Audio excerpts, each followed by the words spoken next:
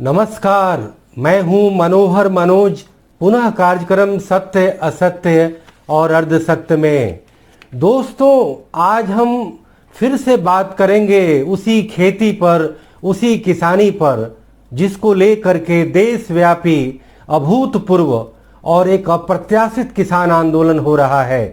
दोस्तों, इस किसान आंदोलन ने हमें ये मौका दिया है कि भारत की इस खेती की, भारत के इस सबसे प्राचीन और सबसे उत्तम पेशे खेती की उन सारे मुद्दों की तहकीकात करें जो मुद्दे भारतीय खेती से जुड़े हुए हैं। दोस्तों, हम बता दें कि भारतीय खेती से अभी केवल 10 बड़े मुद्दे हैं जिनको लेकर के अभी पूरी पड़ताल होनी बाकी है। दोस्तों, यह तो नए कृषि कानूनों से एक मोमेंटम मिला कि आज देशव्यापी किसान आंदोलन पनपा और उसको लेकर के प्रसारित हुआ, परंतु ये किसान आंदोलन हमें एक नहीं कम से कम 10 मुद्दों को लेकर के कहीं न कहीं एक तरह से उद्वेलित करते हैं। कहीं न कहीं उन मुद्दों को फिर से हमारे पब्लिक डोमेन में विमर्श करने के लिए आमंत्रित करते हैं। तो दोस्तों, ये 10 मुद्दे कौन हैं? तो सबसे पहले जो 10 मुद्दे में से जो पहला मुद्दा है कि खेती को लाभकारी बनाया जाए और किसानों के उत्पादों का समयानुसार भुगतान किया जाए। दोस्तों, खेती को लाभकारी बनाने की जो पहल है वो आज तक परवान नहीं चढ़ पाई और कहीं न कहीं हमने खाद्य सुरक्षा और देश की खेती में आत्मनिर्भरता हासिल करने के लिए हमने कृषि उत्पादों को ज़्यादा से ज़्यादा एक तरह से इनपुट देने की, ज़्यादा से ज़्यादा किसानों के लिए खेती की सुविधाओं को मुहैया कराने की नीति पर ज़्यादा काम किया। कहीं न कहीं अगर वो समय की मांग थी तो समय की यह भी मांग थी कि हम किसानों की माली हालत को बेहतर करें। और जब किसानों के माली हालत को बेहतर करने की बात आती है तो बात सीधे सीधे खेती के उन सभी उत्पादों, चाहे वो अनाजों से संबंधित उत्पाद हो, फूड ग्रेन से संबंधित उत्पाद हो, नकदी फसल से संबंधित उत्पाद हो, मिल्क और डेयरी आइटम से संबंधित उत्पाद हो, वेजिटेबल और फलों से संबंधित उत्पाद हो, तमाम स्पाइसेस से संबंधित उत्पाद हो, दलहन और तिलहन से संबंधित उत्पाद हो, कहीं न कहीं इन सभी कृषि उत्पादों के लिए एक न्यूनतम समर्थन मूल्य की परिपाटी लाई गई। न्यूनतम समर्थन मूल्य का मतलब किसानों को उनके उत्पादों को सीजन में दामों में आने वाली गिरावट से रोकने का एक प्रयास था। कहीं न कहीं एमएसपी किसानों के खेती के तमाम लागतों का हिसाब कर, मूल्यांकन कर उन्हें इसका बेहतर मूल्य देने के मकसद से लाया गया था। और कहीं न कहीं एमएसपी लाने का मकसद ये था कि उस दाम से नीचे बाजार में उत्पाद न बिके। केवल एमएसपी का मतलब सरकार को मंडियों के जरिए अनाजों की खरीद कर अपने फूड स्टॉक में जमा कर सार्वजनिक जन वितरण प्रणाली के जरिए मुहैया करने भर का नहीं था, बल्कि कहीं न कहीं लाभकारी मूल्य देने का था। और आज जो किसानों का जो देशव्यापी आंदोलन हो रहा है वह कहीं न कहीं तमाम कृषि उत्पादों के बेहतर एमएसपी तय करने को लेकर के हो रहा है, क्योंकि अब कृषि उत्पादों की ज़्यादा से ज़्यादा खरीदारी केवल 6% सरकार की मंडियों में जा पाता है, बाकी 94% की खरीदारी कहीं न कहीं उन कॉरपोरेट सेक्टर के द्वारा, निजी सेक्टर के द्वारा होना है। इसीलिए एमएसपी का वाजिब, इंक्लूसिव और पर्याप्त रूप से निर्धारण किया जाना और उसे कानूनी मान्यता दिलाना बेहद जरूरी मुद्दा है। और कहीं न कहीं इसी के साथ जो दूसरा मुद्दा है कि किसानों के जो तमाम उत्पाद हैं, चाहे वो एफसीआई के द्वारा अनाज खरीदे जाते हों, गन्ना मिलों के द्वारा गन्ना खरीदे जाते हों, या और भी जितने तरह के परचेज किसानों के आइटम का किया जाता है, उनका एक यथोचित और समुचित समय पर भुगतान किया जाना बिल्कुल सुनिश्चित किया जाना चाहिए। अगर उसमें वायोलेशन होता है, देरी होती है, तो उस पर ब्याज दिया जाना सुनिश्चित करना चाहिए। दोस्तों, जो दूसरा मुद्दा है खेती से, वो जो कि बड़ा ही बुनियादी मुद्दा है, वो ये है कि खेती पर जो अवलंबित जनसंख्या है, जो खेती पर जो अवलंबित आबादी है, उसका पेशेवार विस्तार किया जाए। यानी कि खेती पर जो आबादी है वो और अन्य पेशों में जाए। वैसे भी खेती में सालों भर के लिए रोजगार नहीं होता है, मौसमी रोजगार होता है, और मौसम के अलावा जो व्यक्ति है उसे कहीं न कहीं उसको रोजगार देने की सुनिश्चित व्यवस्था की जाए। उसको कारोबार फैलाने की व्यवस्था की जाए। और कहीं न कहीं इसी से जुड़ा मुद्दा ये है, खेती के इस दूसरे बड़े मुद्दे के साथ, कि खेती में अवलंबित जनसंख्या का पेशेवर विस्तार और खेती से संबंधित जितनी गतिविधियां यहाँ हैं, जिसमें कि कृषि के अलावा वानिकी है, मत्स्य पालन है, पशुपालन है, मुर्गी पालन है, मधुमक्खी पालन है, फॉरेस्ट्री है, तमाम तरीके की अलाइड एक्टिविटी है, उसका व्यापक विस्तार किया जाए। कहीं न कहीं प्रोडक्शन का स्केल और प्रॉफिट की मार्जिन एग्रीकल्चर अलाइड एक्टिविटी में ज्यादा मिलती है।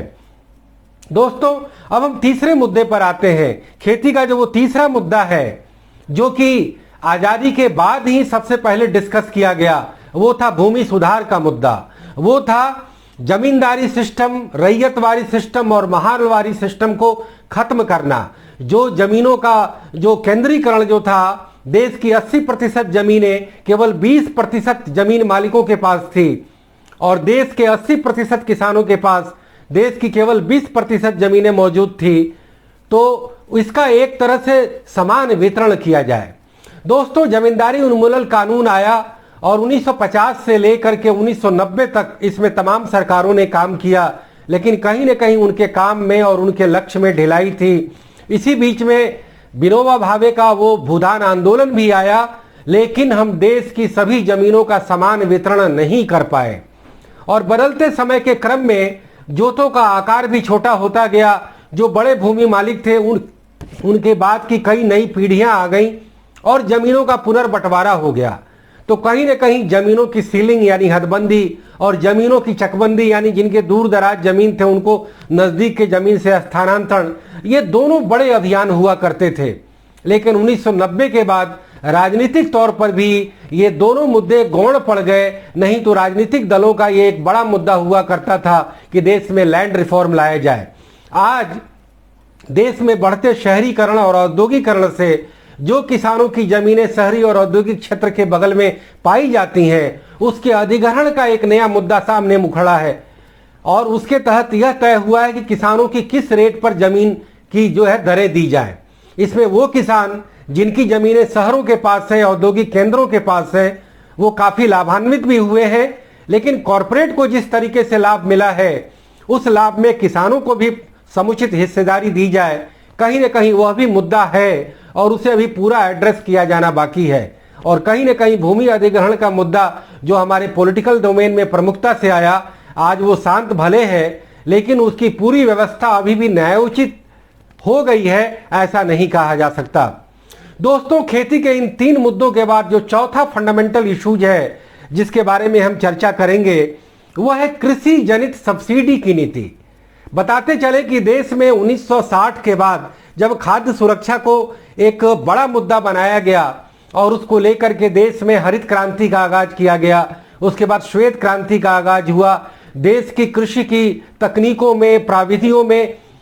क्रांतिकारी परिवर्तन हुए, नई नई टेक्नोलॉजी आई, हाई यील्ड वैरायटी सीड्स आए, तरह तरह के फर्टिलाइजर यूज होने लगे, कृषि में नए नए मशीनों का उपयोग होने लगा। तो कहीं न कहीं देश को एक खाद्य सुरक्षा हासिल हुई और उसके तहत सरकार ने मैसिव स्तर पे कृषि लागतों के लिए सब्सिडी का प्रावधान किया। और इस सब्सिडी में डीजल पर सब्सिडी दी जाती थी, फर्टिलाइजर पर सब्सिडी दी जाती थी, सहकारी कृषि ऋणों पर जो है ब्याज की सब्सिडी दी जाती थी और कहीं न कहीं सहकारी इकाइयों के द्वारा खाद, बीज और तमाम तरीके की लागतें और कृषि उपकरणों में तमाम तरीके की सब्सिडी दी जाती थी। लेकिन पिछले 50-60 सालों के कृषि सब्सिडी का इतिहास बताता है कि ये सब्सिडी भ्रष्टाचार की भेंट चढ़ी है। और फर्टिलाइजर पर जिसमें कम से कम 75,000 करोड़ की सब्सिडी सालाना दी जाती है, वह फर्टिलाइजर मिल के मालिकों को ज्यादा लाभान्वित कर पाई है, न कि किसानों को। तो कहीं न कहीं कृषि की सब्सिडी को सीधे किसानों के खाते में दिया जाए, इस पर एक नीतिगत पहल करने की दरकार है। उसमें कई तरीके की व्यवहारिक कठिनाइयां भी आई हैं। दोस्तों, बताते चले कि अब डीजल पर से सब्सिडी हटा ली गई है और वो ओपन मार्केट प्राइस सिस्टम के तहत आ गई है। लेकिन फर्टिलाइजर पर सब्सिडी किस रूप में दिया जाए, वह आज भी विचारणीय मुद्दा है। दोस्तों, हम कहना चाहेंगे कि सब्सिडी यदि भ्रष्टाचार की भेंट चढ़ती है तो हम क्यों नहीं किसानों की तमाम लागतों को पब्लिक प्राइवेट पार्टिसिपेशन के तहत कॉम्पिटिटिव प्राइस तय करें और उस कॉम्पिटिटिव प्राइस पर, रियायती प्राइस पर किसानों को हम तमाम लागतें उपलब्ध कराएं, चाहे वो बिजली हो, डीजल हो, बीज हो, खाद हो, कीटनाशक हो, तकनीकी ज्ञान हो और सिंचाई की सुविधा हो, और उन्हें कॉम्पिटिटिव रेट पर, रियायती दर पर हमें उपलब्ध कराएं, सब्सिडी को वापस ले लें और उसके बदले हम किसानों के उत्पादों का बेहतर वाजिब दाम दें जिसमें उनकी पूरी लागतें समाहित हों। तो कहीं ना कहीं खेती का ये चौथा बड़ा मुद्दा है जो देश के कृषि को एक नया बल प्रदान कर सकते हैं। दोस्तों, हम अब पांचवें मुद्दे पर आते हैं कि देश में कृषि जनित बुनियादी सुविधाओं का विकास हो। जैसा कि अभी हमने कहा कि कृषि सब्सिडी के तहत हम जो है ज्यादा से ज्यादा प्राइवेट और पब्लिक पार्टिसिपेशन करें। तो कहीं ना कहीं खेती एक ऐसा सेक्टर है जिसके लिए एक विशाल आधारभूत संरचना की भी जरूरत है, और उस आधारभूत संरचना की जब बात आती है तो इरिगेशन नेटवर्क उसमें प्रमुख होता है, गांवों का विद्युतीकरण भी प्रमुख होता है, गांव के आसपास मंडियों की स्थापना, गांव के हर प्रखंड में तमाम कृषि इंप्लीमेंट्स के बाजार की व्यवस्था और अलग अलग तरीके की परिवहन, मार्केटिंग, मंडी और अलग अलग तरीके के टेक्निकल नो हाउ, किसानों को प्रशिक्षण, मिट्टी की जांच, अलग अलग तरीके के तमाम आधारभूत संरचना की जरूरत पड़ती है। दोस्तों, अगर देश की कृषि का कायाकल्प करना है, किसानों की आमदनी बढ़ानी है, जीडीपी में खेती का योगदान बढ़ाना है, तो कहीं ना कहीं हमें कृषि की आधारभूत संरचना की वह नीति बनानी होगी जिसमें हम प्राइवेट सेक्टर को भी काफी आमंत्रित करें। सरकारी क्षेत्र तो पहले ही तमाम सिंचाई परियोजनाएं भ्रष्टाचार की भेंट चढ़ती रही हैं। जब हम निजी सेक्टर को लाएंगे तो दोनों में एक कंपटीशन होगा, इन्वेस्टमेंट आएगा और उसकी एक रियायती दर तय होगी, और फिर उसके बाद कृषि के लिए ज्यादा से ज्यादा बुनियादी सुविधाओं का विस्तार भी संभव हो पाएगा। तो कहीं ना कहीं कृषि की आधारभूत संरचना का निर्माण भी हमारा एक पांचवा प्रमुख मुद्दा है। दोस्तों, खेती का जो छठा फंडामेंटल इशू है वह है फूड सिक्योरिटी की नीति, जिस नीति के तहत सरकारें करीब हर साल 3 करोड़ टन खाद्यान्नों की खरीद करती है, जिसको लेकर के कहा जाता है मोदी सरकार ये कह रही है कि हमारी एमएसपी जारी रहेगी। एमएसपी तो जारी रहेगी, ये सबको पता है, क्योंकि आपको खाद्य सुरक्षा के तहत जन वितरण प्रणाली चलानी है। एफसीआई के गोदाम में 3 करोड़ टन का जो है भंडारण है उसे भरना है, और उसके साथ देश के करीब 3 लाख पीडीएस डीलरों के माध्यम से आप सस्ते गेहूं और चावल उपलब्ध कराते हैं। इस बार अभी कोरोना की महामारी में 5 किलो प्रति व्यक्ति जो फ्री अनाज दिया गया, कहीं ना कहीं उस पीडीएस के तहत ही संभव हो पाया। लेकिन दोस्तों, हम बताते चले कि जब भी आपदा आती है, जब भी महामारी होती है या किसी भी तरीके का संकट दूर दराज और आदिवासी इलाके होते हैं, तो सार्वजनिक जन वितरण प्रणाली उसके लिए बेहद अच्छी चीज है। परंतु सामान्य परिस्थितियों में यह सार्वजनिक जन वितरण प्रणाली खाद्य सुरक्षा तो लाती है, लेकिन किसानों की भारी आर्थिक असुरक्षा भी लाती है। हमें मालूम है कि बहुत से ऐसे किसान हैं जो ऑफ सीजन में उन तमाम खाद्य उत्पादों के, अपने ही खाद्य उत्पादों के उपभोक्ता भी होते हैं। तो कहीं ना कहीं हम जब बाजार की बात करते हैं तो सार्वजनिक जन वितरण प्रणाली जिसके तहत सरकार की 1.5 लाख करोड़ सब्सिडी भ्रष्टाचार की भेंट चढ़ जाती है, मिसमैनेजमेंट होता है, कुप्रबंधन होता है, तो क्यों नहीं हम बाजार में सीधे एक कॉम्पिटिटिव प्राइस तमाम कृषि उत्पादों की तय करें और बाजार को पूरा अवसर दें,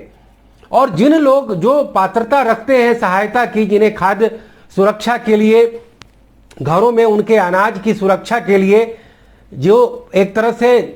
पात्रता रखते हैं, जिन्हें जरूरत है, सरकार उन्हें डायरेक्ट कैश प्रदान करे, सरकार उन्हें सीधे तौर पे जो है फूड भत्ता दे, अलाउंस दे, या फिर फूड फॉर वर्क प्रोग्राम ले आए, या फिर मजदूरों को या तमाम ग्रामीण उपभोक्ताओं को या शहरी उपभोक्ता तो वैसे ही खुले बाजार से तमाम अनाजों की क्रय करते हैं, तमाम कृषि उत्पादों की क्रय करते हैं।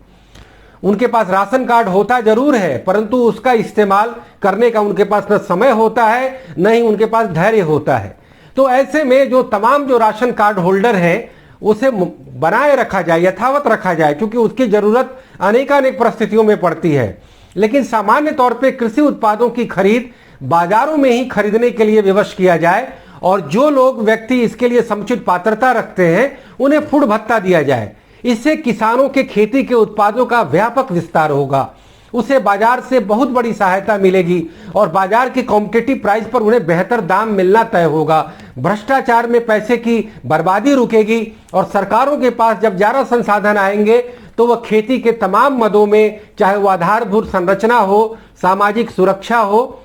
और तमाम तरीके की और सारी जो इंसेंटिव हो, उसे देने में सरकारों को सहायता मिलेगी। दोस्तों, अब हम 7वें मुद्दे पर आते हैं। खेती का जो 7वां मुद्दा है कि खेती एक मौसमी पेशा है, खेती एक जलवायु से जुड़ा पेशा है, खेती प्रकृति की परिस्थितियों से जुड़ा हुआ एक तरह से वेंचर है, क्रियाक्रम है। तो हम इस खेती को तमाम तरीकों के जोखिमों से, तमाम तरीके की अनसर्टेनिटी से मुक्त करें, यानी कि इसे कृषि का एक कंप्लीट बीमा होना चाहिए। दोस्तों, बताते चले कि प्रधानमंत्री नरेंद्र मोदी का 2014 में जब उनके सत्तारूढ़ हुए तो उसके 1 साल के भीतर ही वह एक कॉम्प्रिहेंसिव एग्रीकल्चर इंश्योरेंस स्कीम लेकर के आए, जो एक बड़ी अच्छी पहल थी। और उसके तहत न केवल ज्यादा से ज्यादा किसानों को इसके दायरे में लाया गया, बल्कि खेती को सुरक्षा को लेकर के जो राहतें देनी थी या उन्हें जो मुआवजा देना था या जो कंपनसेशन देना था, उसकी राशि में भी बढ़ोतरी की गई। परंतु इसमें जो निजी क्षेत्र को जो मौका दिया गया, वह निजी क्षेत्र किसानों से प्रीमियम की वसूली ज्यादा और उन्हें हर्जाने का भुगतान कम करता है। ये बात गले के नीचे नहीं उतरती है कि कृषि एक तमाम तरीकों के जोखिमों का व्यवसाय है और उसे हम यदि जोखिमों से मुक्ति दिलाना चाहते हैं तो सरकार की जब कंपनियां जब उन कृषि बीमा को प्रदान करती हैं तो वो नुकसान में रहती हैं, लेकिन जब वही निजी बीमा कंपनियां जब कृषि जोखिमों से मुक्ति दिलाती हैं तो वो फायदे में रहती हैं। यानी कहीं ना कहीं लेवल प्लेइंग फील्ड में असमानता है, उस असमानता को दूर करने की जरूरत है और देश की समूची कृषि का, सभी फसलों का हर तरीके से रीजनल एग्रो क्लाइमेटिक जोन में पूरी सुरक्षा प्रदान करना, जोखिमों और अनिश्चितता से पूरे तौर पर बीमा कवरेज प्रदान करना खेती का वैसे ही बड़ा मुद्दा है जैसे कि खेती का लाभकारी मूल्य प्रदान करना एक बड़ा मुद्दा है, खेती का वो आधारभूत संरचना बेहतर दिलाना एक बड़ा मुद्दा है। दोस्तों, अब हम 9वें मुद्दे पर आते हैं, जो खेती का एक तरह से जो एक फंडामेंटल इशू है, वो है कि कृषि ऋणों का सामूहिक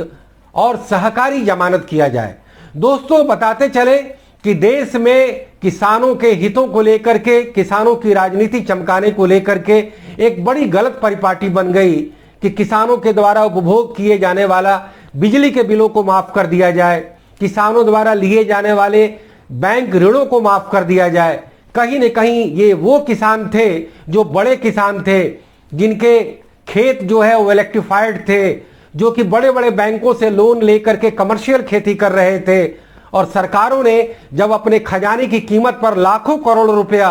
उन तमाम बिजली बिलों को और बैंक के कर्जे को माफी में लगाया तो संसाधनों की बर्बादी तो हुई ही, कहीं न कहीं अर्थव्यवस्था पर इसका स्फीति कारक असर पड़ा और देश के 15 करोड़ किसान परिवारों के साथ एक समान न्याय नहीं हो पाया। और कहीं न कहीं बताते चले कि देश की बहुसंख्यक किसान आबादी आज भी गैर संस्थागत ऋण स्रोतों पर निर्भर करती है और उनका साहूकारों और महाजनों द्वारा शोषण किया जाता है। तो कहीं न कहीं किसानों के द्वारा जो भी लेन देन होते हैं उसका एक वैध, एक तरह से एक वैध स्टाम्प पेपर पर उसका लेन देन तय हो और उसका नॉन इंस्टीट्यूशनल सोर्स से भी लिए गए कर्जे पर वाजिब ब्याज दर का भुगतान करना पड़े और उसकी अदायगी भी सुनिश्चित हो, क्योंकि कहीं न कहीं निजी क्षेत्र में अदायगी सुनिश्चित नहीं होने की वजह से कई तरीके के अपराध भी उपजते हैं। तो ऐसे में सरकार या निजी क्षेत्र के द्वारा किसानों को दिए जाने वाले कर्जे की पूरी सुरक्षा हो, कम से कम ब्याज लगाया जाए जिससे कि उसका केवल एक तरह से उसकी सेवा लागत प्राप्त की जा सके, उससे कोई मुनाफा न हासिल किया जा सके, लेकिन कम से कम ब्याज हो और उसकी वसूली सुनिश्चित हो। हम कर्ज माफी की योजना को, बिजली बिल माफी योजना को बिल्कुल जो है एक तरह से तस्लीम नहीं करते हैं। ये अर्थव्यवस्था के हित में नहीं है और ये केवल चंद किसानों के राजनीतिक हितों की तुष्टि करता है। तो ये खेती का 9वां बड़ा मुद्दा था। और अंतिम मुद्दा है कि खेती उत्पादों का जो 36वां उत्पाद है उसे तो एमएसपी में शामिल सबको किया जाए, सबकी दरों का वाजिब निर्धारण किया जाए और उसे कानूनी रूप प्रदान किया जाए, यानी कि न्यूनतम समर्थन मूल्य। लेकिन इसी के साथ खेती का जो 10वां बड़ा फंडामेंटल मुद्दा है कि न्यूनतम समर्थन मूल्य के साथ कृषि उत्पादों की अधिकतम खुदरा मूल्य नीति भी लाई जाए, यानी कि खेती के वो उत्पाद जो रोज नष्ट हो जाते हैं, जिसमें कि फ्रूट है, वेजिटेबल है या तमाम तरीके के और सारे फिशरीज के आइटम हैं, उसके देश के तमाम स्थानीय मंडियों से लेकर के राष्ट्रीय मंडी तक उसके रोज रोज की न्यूनतम एक तरह से